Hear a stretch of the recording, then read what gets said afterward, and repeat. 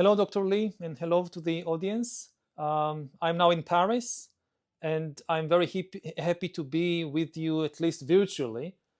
Thanks to modern technology and information technology, we can be in touch even when our bodies are thousands of kilometers apart. Yeah.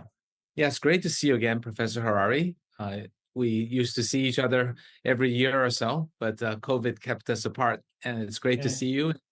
I'm a big fan of all of your books, especially the new one, Nexus. I think the information has been the most important element in business and work and human lives today.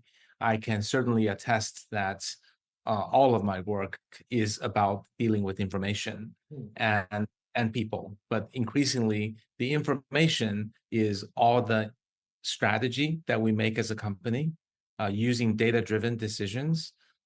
We use information and technology to create our thoughts, to make decisions. Our products are bits of information distributed as applications or software, and we are paid using electronic means. So increasingly, the world is going digital and virtual, and what is transmitted is information. And I think Professor Harari eloquently in the book Nexus talks about the history of information. And then in the book, we clearly see the use of information has jumped in the digital age. Well, humans control the world because we can cooperate better than any other animal. Individually, we are not much smarter or stronger than other animals. But whereas chimpanzees, for instance, can cooperate only in small groups, like 50 chimpanzees or 100 chimpanzees, humans can create these vast networks of cooperation between millions and even billions of people. This is the source of our power. And we do that by exchanging information. We don't know personally most of the other people in our country, in our corporation, in our business network. We stay in touch, we get connected, we cooperate through information. This is why information is so vital. And we don't really live in the reality. We don't react to the reality of the world. We react to our image of reality. We react to the information we have about the reality. This is why information is so crucial.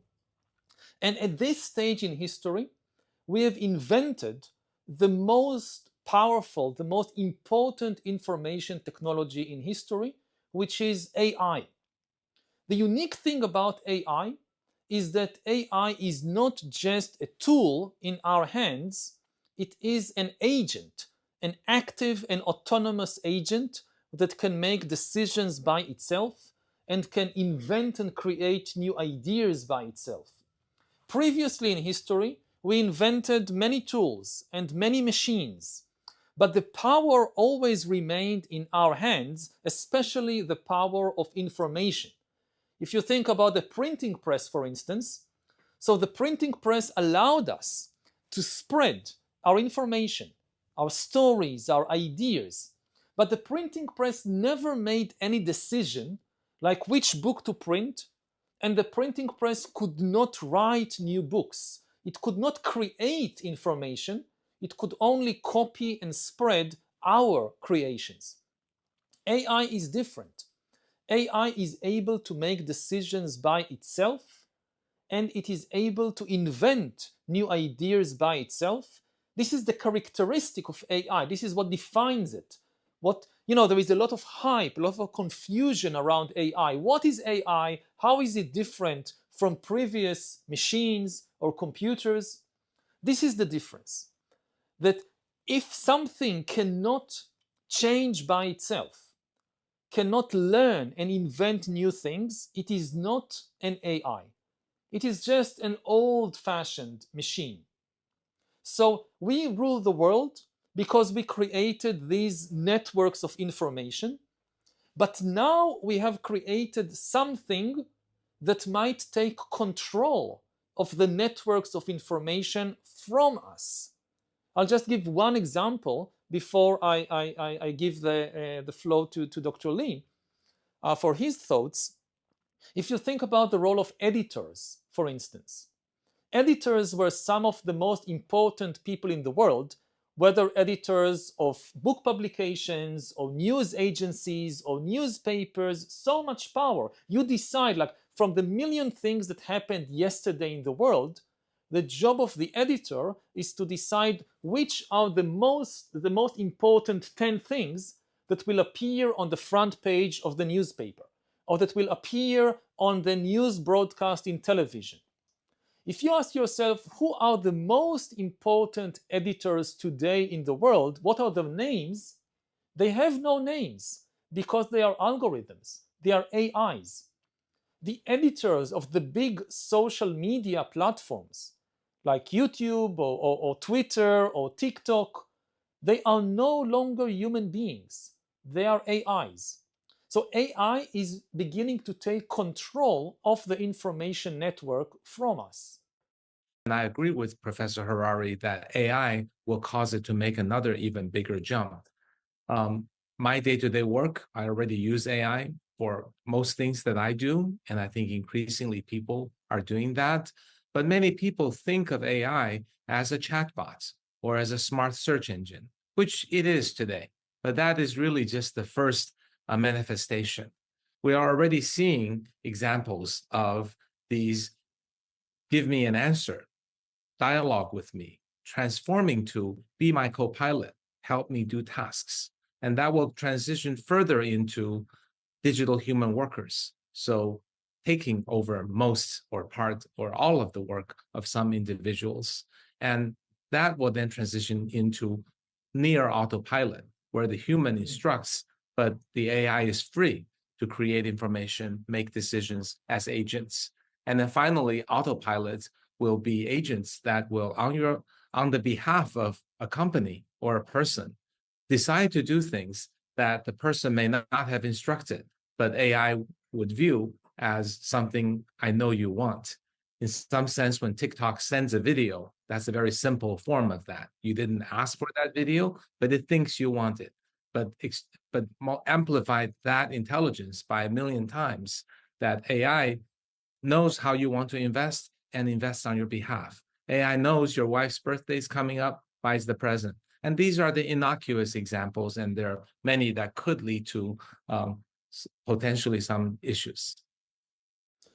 Do you think that we will soon see AIs making major decisions in the financial markets, like AI investors and AIs coming up with new investment strategies, even new financial devices?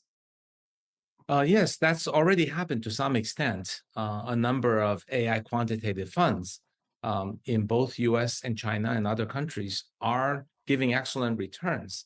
And these are basically AI decision makers that every day looks at all the trading data and news and decide what's the best stock I can buy. And then it buys and sells without human instruction. The only thing humans provided is here's all the data from which to make a decision and the goal, making the most money subject to some risk tolerance. So that's already happening. And if we look at all the tasks humans do, probably the most quantitative task is that of investment, because virtually all the decisions comes from real-time information, and AI can read faster, can sort through possibilities, can make combination trades, and can buy and sell more quickly, and with more ability to access information. So when people read that some president said something and think of buying some stock, well, AI will have already done it well ahead of the human. But that's already happening. So would it be like happened in other fields, narrow fields, like, in Go, in the game of Go? We already know that AI is far more intelligent and even far more creative than any human actor. Would something similar happen in a field like finance? And if it does, what does it mean to society and even to politics if basically humans and human governments lose control of the financial system? Maybe they can no longer understand the financial system, the major financial decisions. So you still have human presidents and human prime ministers and human bankers as officially the heads of the system, but they are no longer able to understand such an important part of the world, the financial system, and are no longer able to regulate it or to make decisions about it. Yeah, I think that there's risk of that in almost every profession. Financial, I mentioned the speed and the breadth of the information is unmatchable by humans. There are some aspects, such as if you're a venture capitalist, you want to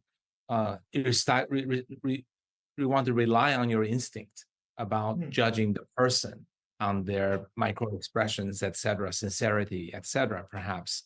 And then with corporate reorganization and M&A, you have to understand personalities and read them more deeply. But really, other than the human interaction, all the information-based approaches, we cannot do better than AI. And another profession I often refer to, which is much harder for AI to do, but eventually we'll get there, is medicine. Because AI doctors will begin to be better than average doctors. And doctors will start to use them as a possible reference. And then AI keeps getting better. Then the doctor loses confidence, trusts more, becomes a rubber stamp, even though we place the doctor the responsibility and the consequences of malpractice is on the doctor. But when the doctor sees how fast AI is improving, at some point it's inevitable that human basically shame that it's so much less accurate than the doctor. Then the AI, then the doctor will just rubber stamp decisions and move towards AI making decisions, even though we started on a slippery slope where we said the doctor has to make all the decisions, but AI improves much faster and people will feel much less intelligent in comparison. Yeah, we already see this slippery slope in the military. I've been watching very carefully the use of AI. In science fiction in Hollywood, we were conditioned to expect that in war, AI will appear as killer robots, that the AIs will actually be the soldiers shooting and fighting. And this is still not happening. Instead, the AI is entering the military upstream from the soldiers in making the decisions, the critical decisions about what are the targets, what to bomb, what to shoot. And for the same reasons, that to select a military target, you need to analyze immense amounts of information very, very quickly. So AI has sped up by an orders of magnitude the process of selecting targets, but this of course creates a very, very big ethical dilemma. If an AI used by the military tells you that a certain building is the headquarters of a terrorist organization or the headquarters of an enemy unit, do you just believe the AI and bomb it? Or do you get humans to verify that this is indeed correct? Maybe the AI made a mistake. Maybe this is a civilian house. Maybe there is an enemy headquarters, but there are also civilians and they will get hurt. So what is your choice? Now, at present, I'm not sure. I talk with a lot of people. They tell different things. Some people say that the army is just bombing whatever the AI tells it to bomb. Other people say, no, it's not like this. We have very strict ethical standards. We first get human analysts to verify that this is a legitimate target. And maybe sometimes it's like this, sometimes it's like that. But in this war, the AI is mainly on one side. But in a future war, maybe just in a year or two, once you have AIs on both sides, the space for making these ethical decisions will shrink because there is no time. If both sides have AIs choosing targets, and one side just believes the AI and goes ahead and bomb it, and the other side says, no, we have to verify with humans. Humans are very, very slow compared to the AI. By the time, maybe days, maybe hours, By the time the humans verified that the AI did not make a mistake, maybe the target moved. Maybe they already bomb us. So there will be increasing pressure on the military. Just do whatever the AI tells you to do. Yeah, I think this idea of adding human in the loop to make it safe is generally not scalable. In many other problems, it's the same thing. Adding a human in the loop can make the process less efficient, can cause you in the financial markets to not make as much money or lose money, and in military, as the case you described. So I think the human tendency will say, let's just add a human in the loop, then we feel good. And initially people will do it. But at some point when it's competitive, I think it's going to be a game of chicken. Someone's going to say, well, it may be wrong to let AI decide, but if I lose the war, if I go bankrupt, that's even worse. So I'm going to remove that human. So I think we need other basically safety checks and guardrails.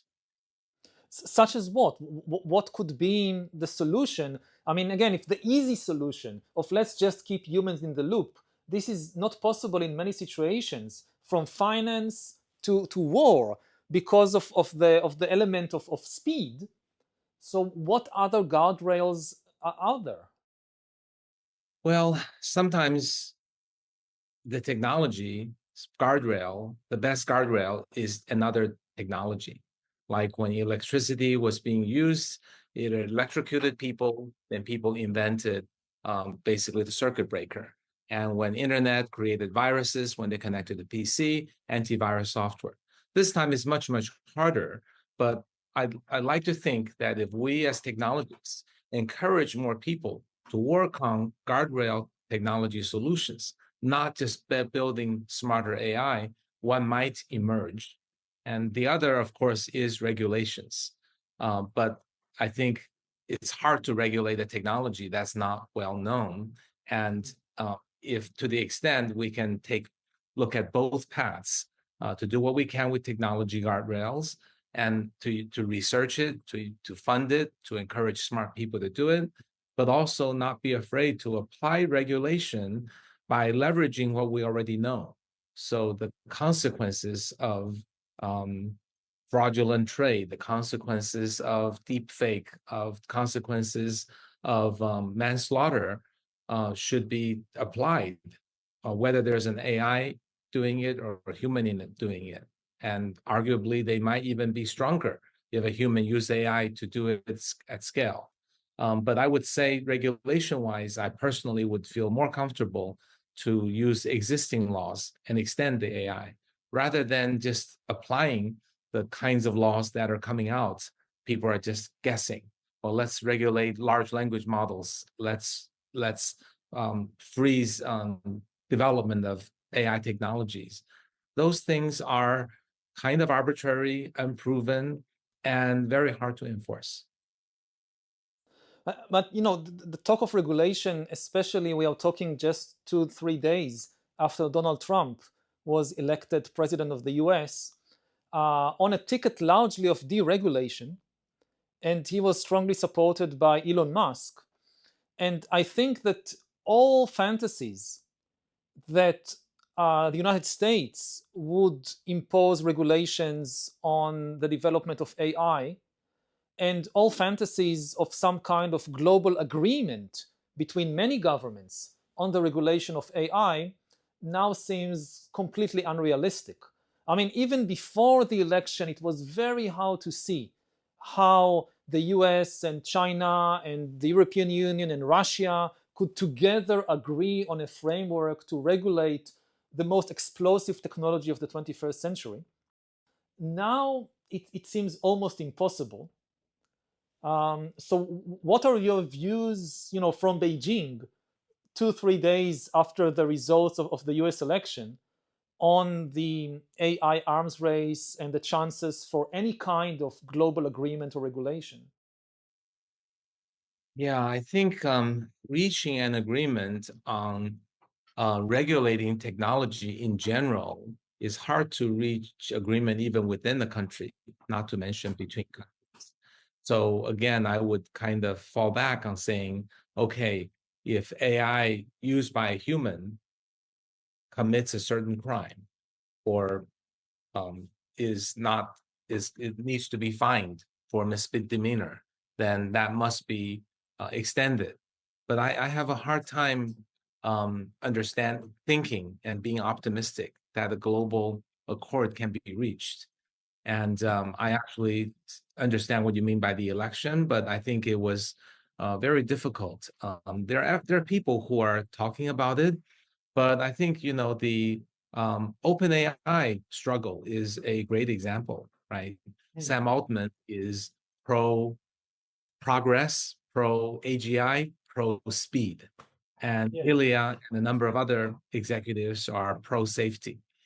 And I would say the company that's most likely to build a scary near AGI is probably OpenAI. Before, there was a checks and balances between the pro speed and the pro safety camps. Now that the pro safety people have left, OpenAI probably will run faster and may or may not, but hopefully not, be reckless in doing so. So we have a difficulty in checking these powers, and then we have a potentially accelerated market leader. So that's challenge. It seems almost like a kind of evolutionary logic or evolutionary race that if you're more concerned about safety and you decide to, I will slow down, I will invest more in building guardrails instead of just moving as fast as possible towards AGI, then you are left behind. And if a competitor is just more ruthless and doesn't care at all about safety issues and guardrails, they just move ahead. And then so the race is between the ruthless. Yeah, I'll tell you what you're asking about China. I'll tell you what we do at 01.ai. And I think a number of Chinese companies follow this direction because the Chinese AI companies have always been strong in execution, less on grandiose vision like AGI. And also Chinese companies raised a lot less money than the American companies, though there's no realistic hope to get more GPUs, go for scaling law, beat OpenAI. But it's more possible to follow OpenAI, come up with some micro innovations, and build super fast models that can be fitted into consumer and business applications. So I think the danger of a AGI run wild is lower in China, or at least behind the speed at which will happen in the US, not because of other reasons other than just practical Chinese mentality, building useful products, and not having as much money to get all those GPUs. But one issue, of course, is that if indeed somebody anywhere in the world realizes the kind of fantasy or nightmare of AGI, it will impact the entire world. It's such a powerful technology, and because of that, it will become very soon a governmental issue. So governments of other countries, including China, they will just be incentivized to pour immense governmental resources to stay in the race or to win the race. And again, almost everybody I talk with, they agree that it's a bad idea for humans to create something more intelligent than us that we don't know how to control. It just sounds such a stupid idea. It's suicidal. At the same time, everybody says, or at least some people say, that we have to do it because if we don't do it, they do it, and then they control the world. So it's better if we do it first, and there is a chance that we will know how to constrain this thing. And the big paradox of the whole situation is that they think they'll be able to trust their AIs, but they are not able to trust the other humans. So we have this very paradoxical situation when humans can't trust other humans, but they think they will be able to trust these super intelligent AIs, which are an alien intelligence, like an alien species. And again, they don't know how they will be able to control it or to trust it. it's kind of a wishful thinking that, okay, as we develop this AGI, we will find ways to control it. We will find, like again with the electricity example, that okay, people get electrocuted, so we devise some mechanical means to protect them. But they don't have the, when you ask them, okay, what will it be like? What kind of mechanism, what kind of technology do you have in mind that will be able to keep the super intelligent AIs aligned and under control? They don't know what to say. They just say, we'll find something. And this is extremely frightening. The other frightening thing is that, as a historian, I tend to think that the big danger with new technologies is not the end result, it is the way there. It's the way, not the destination. Because when a powerful new technology emerges, nobody knows how to integrate it into society and politics and how to use it wisely. And people experiment, and some experiments go terribly, terribly wrong. If we look at the Industrial Revolution, like when I go to Silicon Valley and I talk with people there about AI, they tell me, look, when the Industrial Revolution started and people invented the steam engine and trains and telegraphs, many people were afraid that this will cause immense damage. But look, it created a much better world.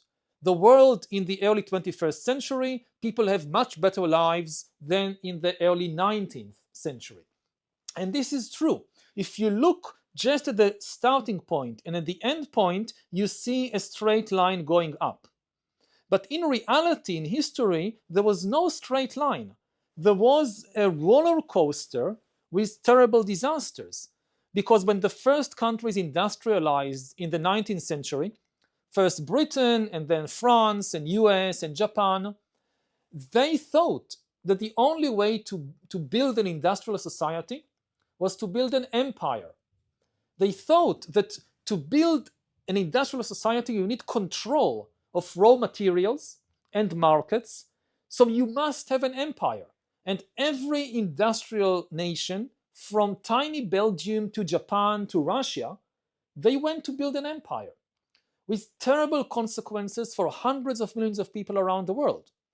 Then another idea people had, that the only way to build an industrial society was build a totalitarian regime, like Nazi Germany. Because the argument, again, it was a logical argument, they thought, the explosive power of industry, so much creative and destructive power, can only be managed by a totalitarian regime that controls all aspects of life. And this led to the horrors of Nazi Germany, to the world wars. Now we look back and we know this was a mistake.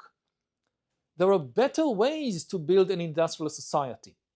But the actual progress of history was this roller coaster and not a straight line.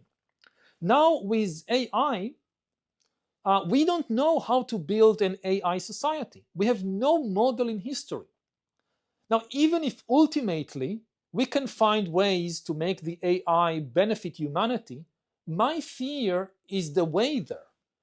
That people will again experiment, maybe with empires, maybe with new totalitarian regimes, that even if in the end a solution will be found, on the way, hundreds of millions of people could suffer terribly. Yeah, just back on the AI dangers. I'm wondering which one are you most concerned about, near term and long term? One is human using AI to do terrible things to other humans. Second is AI not intentionally, but causes harm because his reward function was improperly devised. So it inadvertently hurts people. And third is AI becoming danger in and of itself and has the desire to do bad things, like the science fiction movies. The third one is the least concern. I agree. I think that the first two ones are very big concerns. And they are already a present-day concern. And as AI becomes more powerful, it will be a bigger and bigger concern. It's the most obvious. What if human bad actors use AI to do bad things? This is obvious. If terrorists use AI to create a new pandemic, this is obviously very dangerous. I therefore place more emphasis, at least in public talks, on the second danger of AI, not because it's evil or it wants to take over the world, just because it's an alien intelligence, which is very difficult to control, could produce a lot of unintended consequences, which we did not see. We have already one big example with social media, that the social media platforms are controlled by algorithms. The algorithms were given a specific goal by the companies, which is to increase user engagement, to increase traffic, to cause people to spend more time on the platform, which sounded like a good goal. It's good for the companies and even good for the people, because engagement sounds like a good thing. If I show people things that interest them and they spend more time on my platform, it is a good thing, no?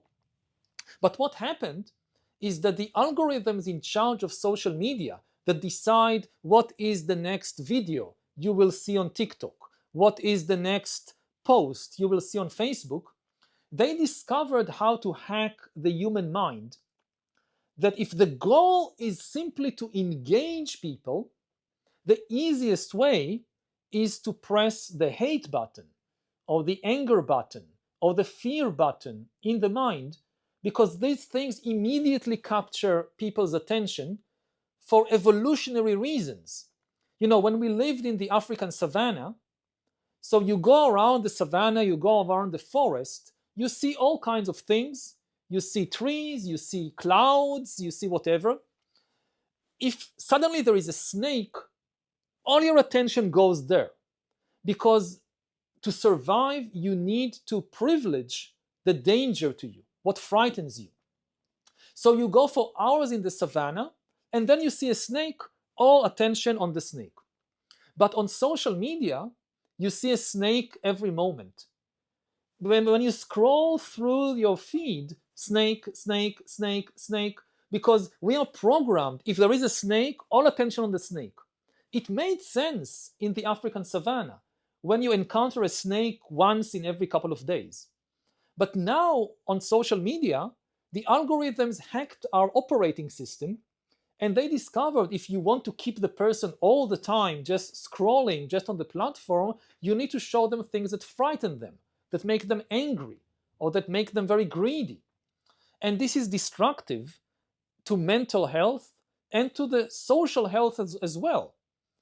And this was not, nobody in the companies at first understood that this is what the algorithms will do. And the algorithms are not evil. They did not try to harm people. They were given a goal, make people spend longer times on the platform, and by trial and error, they discovered how to hack the human mind, but the results are very, very bad for human society. And this can happen on a larger and larger scale. We started by talking about AI in the financial system. So you can tell AI, okay, just go to the markets and make money. You give the AI an initial sum of money, $1 million, and access to the markets, and just one goal, make money. And the AIs start inventing new strategies of investment, maybe new financial devices, like in the game of Go. They become more creative than humans. For a couple of years, there is a boom in the market. There is all these new AI-made financial devices that humans don't understand, that we don't know how to regulate, because it's beyond the human capacity. Mathematically, it's beyond our capacity. And then one day, there is a big crash, like in 2008, and no human understands what is happening, because we have lost control of the financial markets. So this could be a huge catastrophe with a lot of social and political consequences, which is caused by quite narrow AIs. You don't need AIs that control the whole world. they just play in the financial markets and create a huge financial crash. So these are the type of dangers I think that we need to be very, very aware of. In the long term, AI can even start developing their own goals. I mean, if you think how humans developed our goals, where do we get our goals in life? Sometimes they are top down, like somebody gives us a goal, like you work in a company and the CEO tells you this is your goal. But most of the time in life, it's bottom up. Humans, you can think about us as kind of algorithms with a very basic reward mechanism, pain and pleasure. Everything we experience in life, in the end, it's just a sensation in the body. If it is a pleasant sensation, we want more. If it is an unpleasant sensation, we want less. We want this to disappear. And from these very small mental atoms, the entire human world is built. If you think, why do people go to wars?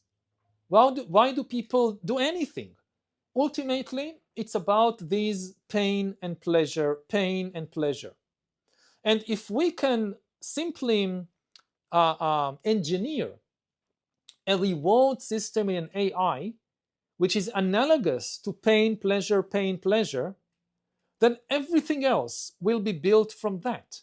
And the AIs could even start entire wars just to experience this AI pleasure.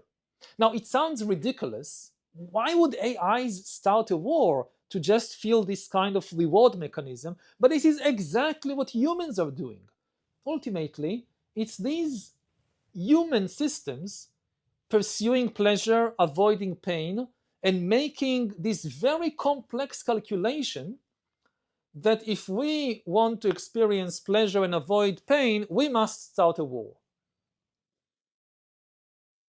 Right. Well, so I'm very glad you said the first two are the big problems, because I very much share that. And I think a lot of the audience might first assume AI danger is from the science fiction. So Yeah. that kind of Terminator kind of danger is not the one we're worried about. It's not impossible in the very long term, but we're more focused on the other two. And I Yeah. think I like all of your examples, but the best example I think is the social network. It's close enough to all of us, and it is initially what seems innocuous, getting people to see what they like, and getting the social networks more traffic, more money, and seems like a win-win. And what Yeah. was forgotten was what triggers people's likes and watches and time, and is really mostly the greatest element is hate and fear. And had the designer been aware of that, maybe something would have been differently, but we're now pretty far down the road. Yeah, so I think, and then now I think for a lot of the social networks, the decision to change is very difficult, Yeah. because they're making so much money from it. The decision to change will anger their shareholders, employees, and how do you become more responsible?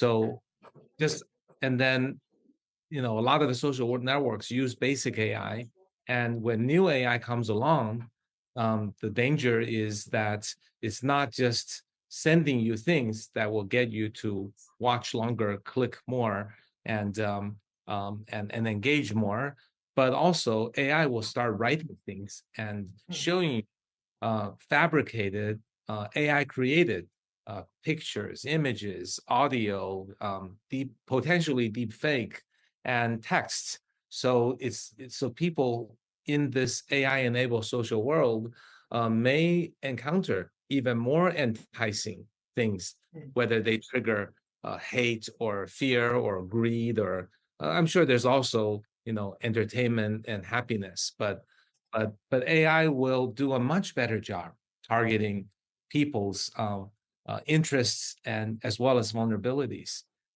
Is that something you're extremely worried about? I imagine yes. Yeah, I mean, as you said, I mean, previously the AIs were simply editing or deciding about content created by human beings. All the videos, all the texts, it was created by human beings, and the AIs just decided what to show you. The next stage, the AIs will create the videos, the texts, the images. And again, this is something completely new in history. Even before we start to be afraid or happy about it, just to understand the magnitude of the change. For tens of thousands of years, we lived inside a cultural cocoon, a cultural sphere, which was the product of the human mind. Every image, every painting, every statue, every musical piece, every story, every poem, every physical tool, it was the creation of the human mind. So sometimes we could encounter different cultures, but they were always human cultures. Like when Chinese culture and Western culture encounter, so suddenly you're exposed to new music, to new images, to new ideas, but they are still human ideas. Now we will increasingly encounter an alien culture. Alien, not in the sense of coming from outer space, of course, alien in the sense that AI is alien intelligence. It's not human, it's not organic, its imagination is not shaped or limited by the forces of evolution. So it could start create completely new music and art and artifacts. It could have good consequences, but also bad consequences, but it will be very different from anything we have seen before. And it's a big question whether we are even equipped, adapted to live in such an alien or hybrid culture. And what makes it even more scary in a way is that the AIs cannot just create passive content, they can interact with us. Previously, we could only interact with other humans or maybe other animals, like if you have a dog or a cat. And online, if you interact with someone, then maybe for a minute, a bot can cheat you into thinking that this is a human. But if you talk with somebody for 10 minutes or 1 hour, you know whether it's a human or a bot. But the new generation of AIs could become better than humans, even at interactions, at relationships. And again, this has some positive potential in fields like medicine, for doctors, for therapy. So you have an AI doctor that can talk with you and be very empathic and so forth. But there are also very, very dangerous developments if AIs learn how to imitate emotions and how to create fake relationships. And what happens if people have more and more relationships with AIs instead of with other human beings? Yeah, I very much think through the books that I have written that AI will improve rapidly. When I wrote my books, I didn't anticipate it would improve this quickly in the last 2 years. And but the hope I had in writing my books was that no matter how fast AI improves, there's something innate to us being human beings that no matter how much AI can pretend to be us, can talk like us, write like us. Fundamentally, people over our millennia of evolution have our DNA requires people-to-people connection. So even if AI fakes it, especially if it fakes in the virtual world, because in the real world we still earn to meet people, talk to people, love people, we feel warm, and this is not well understood, what part of our brain or heart does that, but it is something that's important to us. And I had hoped, and I still hope, that's something we can hold on to as one of the things that we can do and AI cannot do.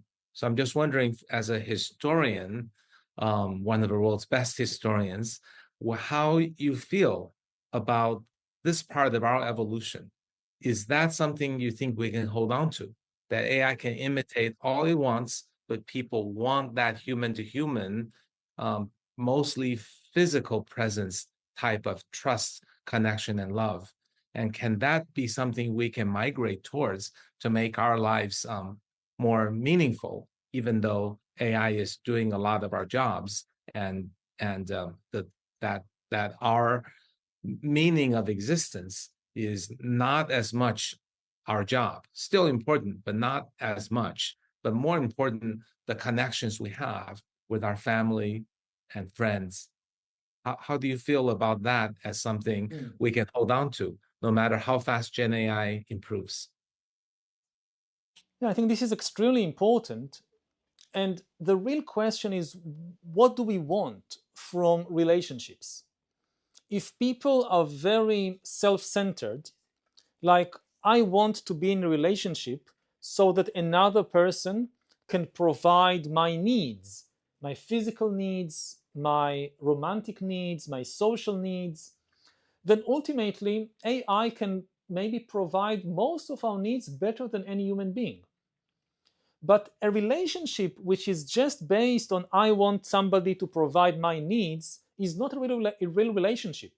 It is solipsistic. It is extremely egotistical. A real relationship is about I care about the feelings of the other entity, of the other person. Now, AIs don't have any feelings. They can imitate feelings, they can understand my feelings, but they don't have any feelings. There is this big confusion between intelligence and consciousness that I think we've talked about in previous meetings. That intelligence is the ability to solve problems and attain goals. Like you have a goal to win a game of Go, and you solve all the problems on the way, and you win the game. This is intelligence, and AI in some fields is more intelligent than us. Consciousness is the ability to feel things like pain and pleasure and love and hate. If you lose the game, you're sad. If you win, you're happy. AI, as far as we know, has no feelings, and therefore it cannot suffer.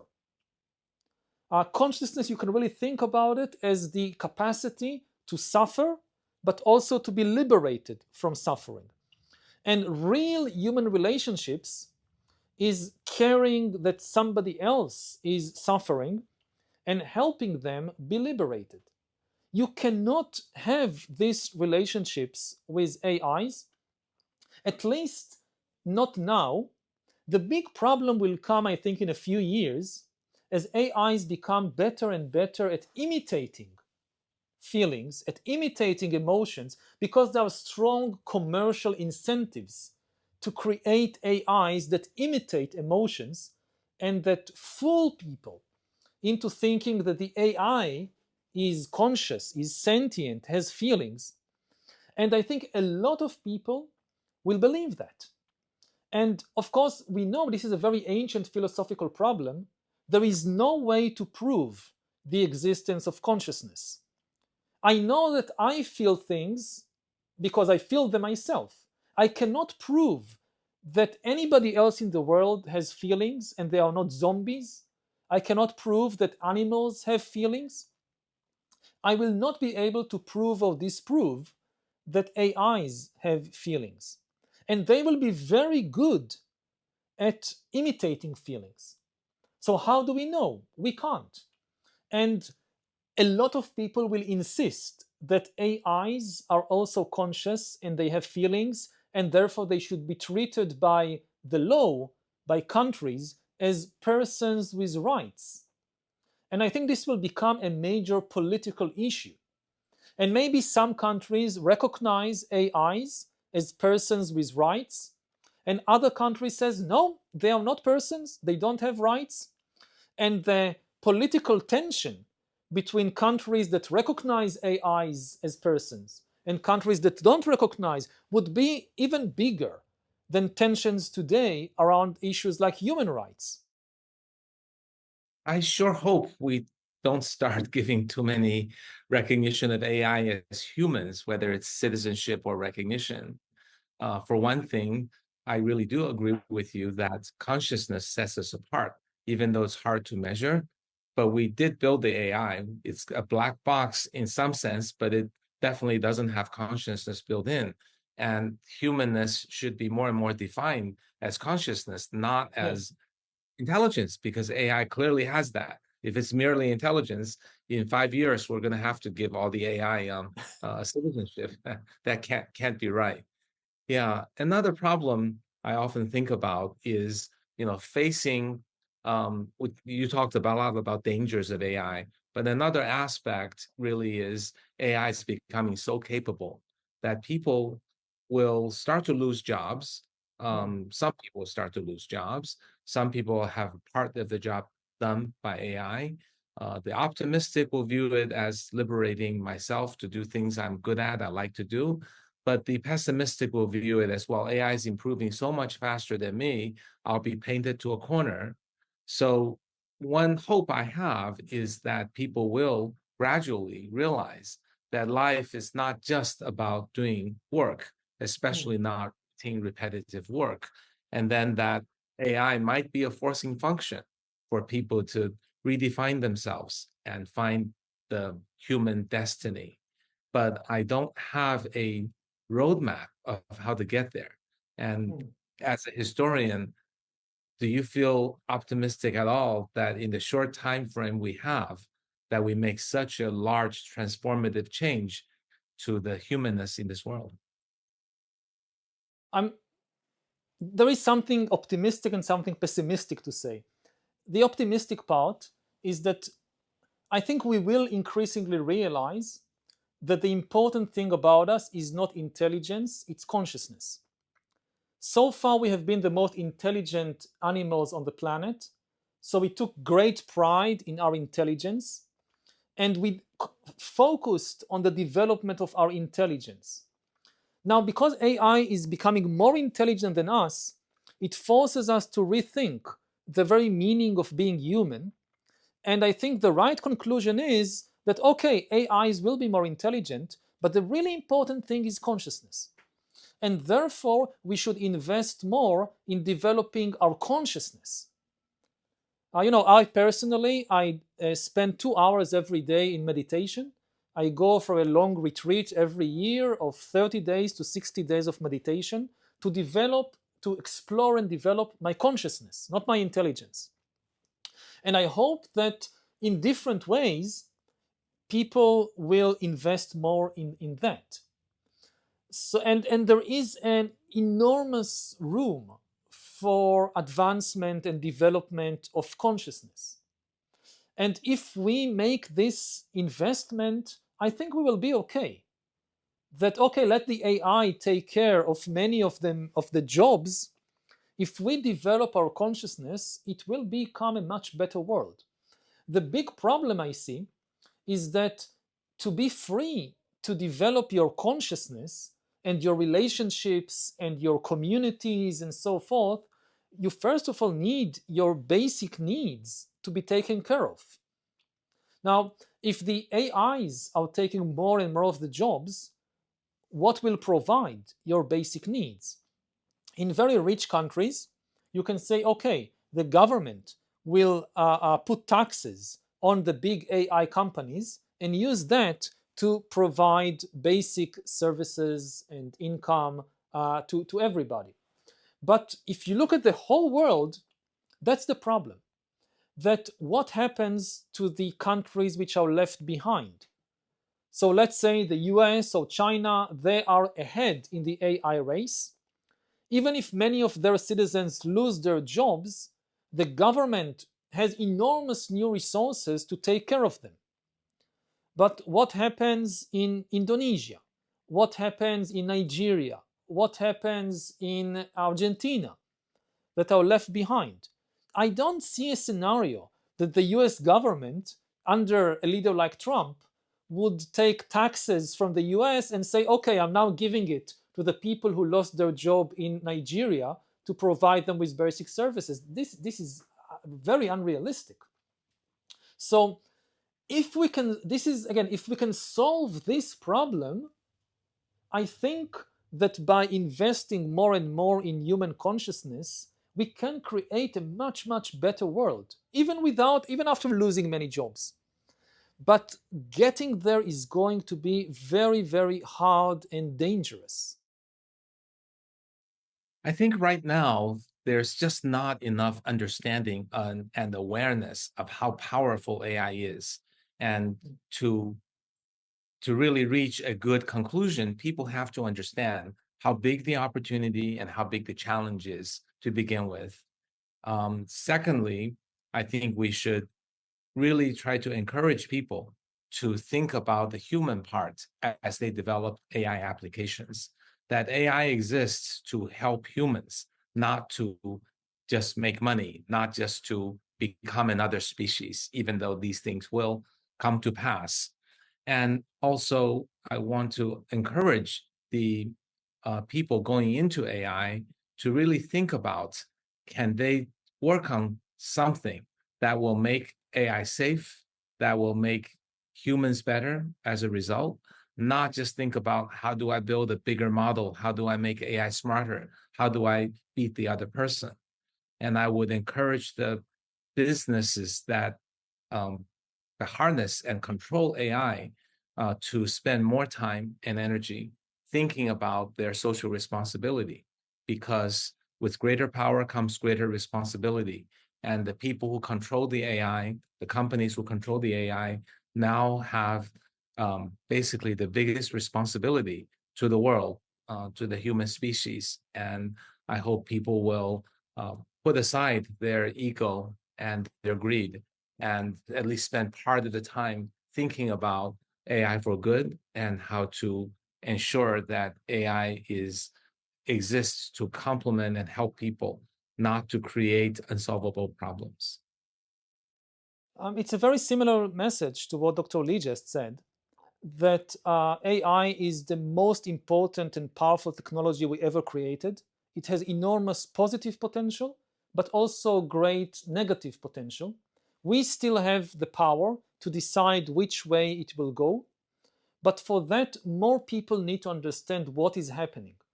It is not good if maybe the most important decisions in the history of our species are taken by a very small number of people in just 2 or 3 places, which don't really represent our species.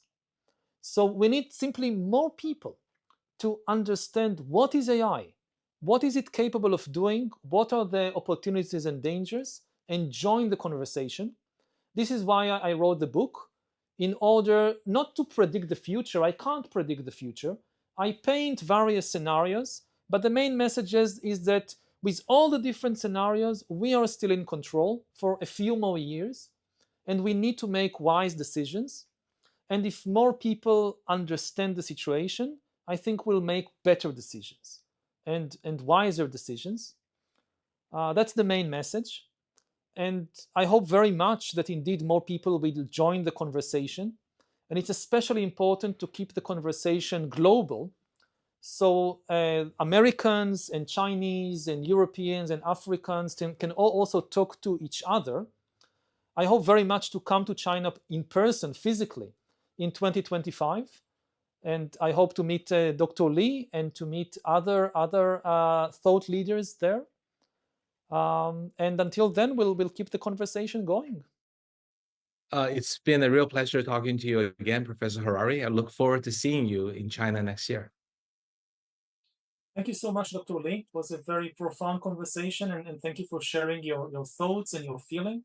And yes, I hope to meet soon in China.